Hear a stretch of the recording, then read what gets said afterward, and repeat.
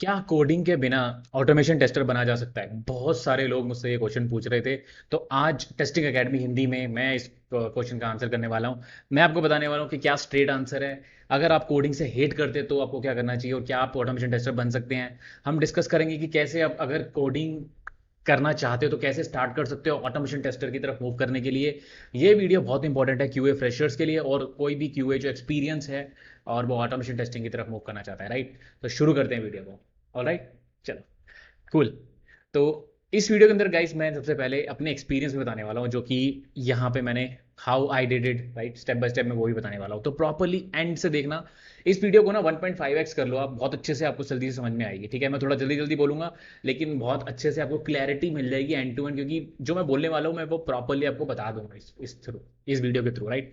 तो मैं आपको ना स्ट्रेट आंसर बता देता हूँ। स्ट्रेट आंसर इसका, क्या कोडिंग के बिना ऑटोमेशन टेस्टर बना जा सकता है, इसका सिंपल आंसर है ये, नो। ठीक है, इसका आंसर है नो।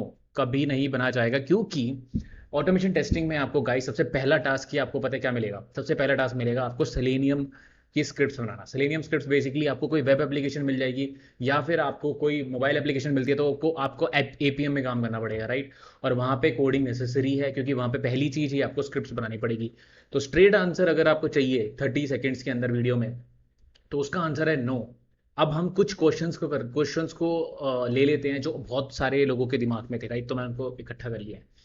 पहला पॉइंट मेरे दोस्त ने बोला था, मतलब जनरली लोग पूछते हैं मुझसे कि आई हेट कोडिंग, मुझे कोडिंग बिल्कुल पसंद नहीं है, क्या मैं ऑटोमेशन टेस्टर बन सकता हूँ? अब इस पे क्या आंसर है, उस पर एक बार गो थ्रू करते हैं। देखो सिंपल सी बात है, अगर आप हेट करोगे जिस, ये तो वही बात होगी ना, जिस, अगर घोड़ा घास से दोस्ती कर लेगा तो खाएगा क्या, राइट। तो आप अगर ऑटोमेशन टेस्टिंग में पहला स्टेप ही है प्रोग्रामिंग लैंग्वेज को सीखना। अगर आप उसी को हेट करोगे तो आप कैसे बनोगे गाइस, कैसे आप ऑटोमेशन स्क्रिप्ट्स लिखोगे? मेरा ये कहना है कि जनरली कोई भी लोग ना हेट क्यों करते हैं उसका रीजन समझो। ठीक है, पहले मैं भी कोडिंग से हेट करता था। ठीक है, तो उसका रीजन मैं बताता हूँ आपको, हेट क्यों करते हो आप। पता है आप क्यों हेट कर रहे हो, मैं आपको रीजन बताऊं। क्योंकि हो सकता है कि आपको बहुत सारे ऐसे कॉन्सेप्ट है जो समझ में नहीं आए। हो सकता है कि अगर मान लो मैं कोर जावा का एग्जांपल लेता हूँ, कोर जावा में आपको थ्रेडिंग का कॉन्सेप्ट समझ नहीं आया, एक्सेप्शन का कॉन्सेप्ट समझ नहीं आया, इसलिए आप हेट करते हो। पर मैं आपको अच्छे से बता देता हूँ कि बहुत बार ऐसा होता है कि जब हम ऑटोमेशन टेस्टिंग कर रहे होते हैं, राइट, या फिर हम स्क्रिप्ट्स लिख रहे हैं, तो वो वाले कॉन्सेप्ट्स की जरूरत बहुत ही लिमिटेड हो और उनके ऑलरेडी टेम्पलेट्स बने पड़े हो तो हमें रीयूज करने हो।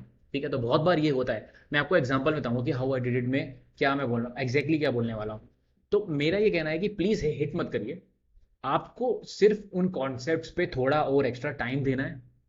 ट्रस्ट मी, कोई भी मैनुअल टेस्टर ऑटोमेशन में कन्वर्ट हो सकता है। ये मैंने सीखा है, मैंने देखा है, मेरे स्टूडेंट्स, मैंने गाइस मैं मोर देन 10,000 पीपल को पढ़ा चुका हूँ ऑलरेडी। मेरे एपीआई टेस्टिंग वाले में 7,000 पीपल हैं। एसडेट ब्लूप्रिंट वाले जो बैच में चलाता हूँ उसमें मोर देन 1,000 पीपल हो चुके हैं। ठीक है, तो आप इमेजिन कर सकते हो, मैं ये लास्ट 4-5 ईयर्स से कर रहा हूँ। ठीक है, तो मुझे पता है मेरे सामने लोग मैनुअल टेस्टिंग से कैसे ऑटोमेशन में स्विच करें। ठीक है, मैं आपको पूरे एक्सपीरियंस से बता रहा हूँ एक चीज़। ठीक है, अब ये क्वेश्चन जनरली लोग मुझसे पूछते थे कि कैसे हम कोडिंग को सीखें। ठीक है, ऑफ कोर्स ये बहुत इंपॉर्टेंट हो सकता है आंसर। तो मैं इसको ना बहुत सिंपल भाषा में बताता हूँ आपको कि कैसे करना जा सकता है। सबसे पहले आपको कोर जावा पढ़नी है। अब आप मुझसे पूछोगे कि प्रमोद ये कोर जावा क्या चीज़ है, राइट। कोर जावा में डिफरेंट कॉन्सेप्ट्स हैं। ठीक है, कि जावा प्रोग्रामिंग लैंग्वेज की वेरिएबल्स कैसे होते हैं, डेटा टाइप्स कैसे होते हैं, इफ लूप क्या होती है, फ्लो क्या होते हैं, एक्सेप्शंस कैसे होती है, थ्रेडिंग, उसके सारे कॉन्सेप्ट्स कवर आते हैं। उसमें कलेक्शंस आता है, ऊप्स आता है, डिजाइन पैटर्न आता है और आप बुक्स पढ़ सकते हैं। ठीक है, तो अब ये जो है, ऑफ कोर्स मैं इस वीडियो के अंदर आपको कवर नहीं कर रहा हूँ। अगर आपको ये कंसेप्ट चाहिए कि कैसे कोडिंग को सीखना है, कमेंट डाउन कर दो कि हाउ टू लर्न कोडिंग या फिर yes I want to learn coding. मैं इस पे एक प्रॉपर रोड मैप बना दूंगा आपके लिए। ठीक है, जिससे कि आप सीख पाओ कि कैसे कोर जावा और ऊप्स और कलेक्शन सीख के ऑटोमेशन टेस्टर बन सकते हो, राइट। तो वो चीज़ों को अगर आप लर्न कर जाते हो तो प्लीज़ कमेंट डाउन कर देना ये वाली वीडियो पे। ठीक है, तो चलिए अब ये इस वाले क्वेश्चन में बोल रहे थे कि सबसे पहले कि what is my future if I don't move to automation. ठीक है, ये बहुत इंटरेस्टिंग क्वेश्चन था जो मेरे को किसी ने पूछा था कि क्या होगा। ठीक है, अच्छा ठीक है, तो इसको मैं बताता हूँ कि देखो, अगर आप मैनुअल टेस्टिंग में ही मूव रहोगे तो आप एक एसएमई बन जाओगे, बेसिकली सब्जेक्ट मैटर एक्सपर्ट बन जाते हो जनरली। हो सकता है, क्योंकि मेरे बहुत सारे दोस्त हैं जो मैं पिछली कंपनी में काम करता था, राइट, उसमें बहुत से लोग सब्जेक्ट मैटर एक्सपर्ट बन गए थे ई कॉमर्स वेबसाइट को टेस्ट करने के लिए, मोबाइल एप्लीकेशन को टेस्ट करने के लिए मैनुअली, राइट। तो आप वो प्रॉपर्ली बन जाओगे। हो सकता है कि आप एक क्यूए लीड बन जाओ, क्यूए मैनेजर बन जाओ, मैनुअल में आप एक रिलीज रिलीज को पूरे ओन करो, ठीक है, आप डायरेक्टर ऑफ क्वालिटी बन जाओ, वहां पे आपको कोडिंग की जरूरत नहीं पड़ेगी तब तक भी, आप manual to director of quality move कर सकते हो। मैंने बहुत देखा, और एक्चुअली में अभी जो 15 ईयर्स और 13 ईयर्स एक्सपीरियंस है ना, उनको कोडिंग बहुत कम आती है। दिस इज क्योंकि ऑटोमेशन टेस्टिंग अभी रिसेंटली ही हुई है, लाइक 7 to 8 ईयर्स और 9 ईयर्स में ही ऑटोमेशन, लाइक सेलेनियम, साइब्रस, प्लेराइट और बहुत सारे जो ये ऑटोमेशन स्क्रिप्ट्स है ना, ये अभी टूल्स अभी ही इंट्रोड्यूस हुए हैं थोड़े टाइम में। तो जो ऑलरेडी बड़ी बड़ी पोस्ट पे, राइट, जिनका 15 साल का एक्सपीरियंस है, 17 साल का एक्सपीरियंस है, वो लोग मैनुअल टेस्टर ही हैं, तो आप भी कर सकते हो। मैं आपको एवरेज एग्जांपल की तरह बता रहा हूँ कि 10 साल में जनरली 30 लाख पर एनम भी हैं मैनुअल टेस्टर, बहुत सारे हैं। 35 भी हैं, 40 वाले भी हैं, 25 वाले भी हैं और 15 वाले भी हैं, ठीक है। तो डिफरेंट कैटेगरी के पीपल हैं। बैंगलोर में कुछ लोगों को ज़्यादा मिल रहा है, दिल्ली में कुछ लोगों को कम मिल रहा है, पर एक्चुअली में मैनुअल टेस्टर भी ठीक है। पर मैं आपको सजेस्ट जरूर करूंगा कि अगर आप स्पेशली फ्रेशर हो, 2 ईयर्स, अगर आप 5 ईयर्स से कम होना, तो आपको ऑटोमेशन के थ्रू जरूर जाना चाहिए। बहुत अच्छा करियर आपको अच्छे से आगे मिल जाएगा। तो चलिए आप बात कर लेते हैं कि Pramod, how do I get started. तो सिंपल एग्जांपल मैंने आपको फिर से बताया कि आपको कोर जावा और ऊप्स पे, तो मैंने कैसे किया था, ठीक है, मैं इसको एग्जांपल आपको बताता हूँ कि सबसे पहले मैंने क्या किया था कि मैं सबसे पहले मैनुअल टेस्टिंग करता था। मैं आपको टू बी ऑनेस्ट बताऊँ, मैंने एमएनसी ज्वाइन करी सबसे पहले, उसमें मेरी मैनुअल टेस्टिंग की ट्रेनिंग हुई। मुझे अच्छा लगा कॉन्सेप्ट कि कैसे प्रॉपरली मैनुअल टेस्टिंग की जाती है, कैसे एक टेस्ट प्लान बनाते हैं, टेस्ट स्ट्रेटजी बनाते हैं, टेस्ट केसेस लिखते हैं, बग रिपोर्टिंग कैसे करते हैं, स्टेक होल्डर्स को कैसे बताते हैं प्रॉपरली, एक एक चीज को अच्छे से सीखा, ठीक है।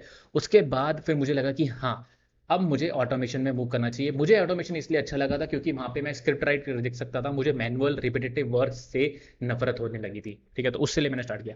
मैंने कोर जावा पढ़ा, मैंने कोर जावा की ट्यूशन ट्यूशन ली थी। अब ट्यूशन से मतलब है कि मैंने आई थिंक मैंने जेएलसी ज्वाइन किया था, which is Java learning centre, Bangalore के अंदर। बहुत इंटरेस्टिंग है, बहुत अच्छा है, आप भी ज्वाइन कर सकते हो। मुझे तो बहुत अच्छा लगा, उसमें उन्होंने मेरे ये कॉन्सेप्ट क्लियर कर दिए। उसके बाद मैंने पोस्टमैन पे जंप किया, यहाँ पे मैंने मैनुअल टेस्टिंग करी एक प्रॉपर एक न्यू प्रोजेक्ट के साथ। उसके बाद उसी को मैंने ऑटोमेट करा। अब यहाँ पे कंपनीज का बहुत फायदा है कि अगर आपको कोई अच्छी कंपनी मिल गई जो आपको ऑटोमेशन में, रेस्ट एश्योर्ड में, स्क्रैच से प्रोडक्ट, स्क्रैच से ऑटोमेशन बनाने में आपकी हेल्प कर देना, तो वो बहुत बेस्ट है। तो वहाँ पे मेरे को बहुत, यहाँ तक आते आते मेरा ऑटोमेशन और प्रोग्रामिंग लैंग्वेज भी और ठीक हो चुका था। उसके बाद सेलेनियम के प्रोजेक्ट जब करे, फिर सब कुछ ही ऑलमोस्ट आगे। फिर मैंने डिज़ाइन पैटर्न पे ध्यान दिया, सारे सिंगलटन पैटर्न हो गया, फैक्ट्री पे, ये सब जितने भी होते हैं ना, सारे पे मैंने काफ़ी कुछ वो किया, कुछ छोटे छोटे खुद प्रोजेक्ट्स किए। फिर CI/CD की तरफ गया, अब स्केलेबिलिटी और ऑटोमेशन कवरेज और ओवरऑल ऑटोमेशन स्ट्रेटजी होती है, उस पर वर्क कर रहा हूँ। तो ये था ओवरऑल प्लान। और आप, आई होप आपको क्लियर हो गया होगा। थोड़ी सी लंबी वीडियो हो गई थी, अब आपको क्लियरिटी होगी कि क्या कोडिंग के बिना ऑटोमेशन इंजीनियर बना जा सकता है। Thanks a lot for watching. Comment down करके जाना, अच्छी लगे वीडियो तो यस टाइप कर जाना, ठीक है। मिलता हूँ अगली वीडियो में, बाय।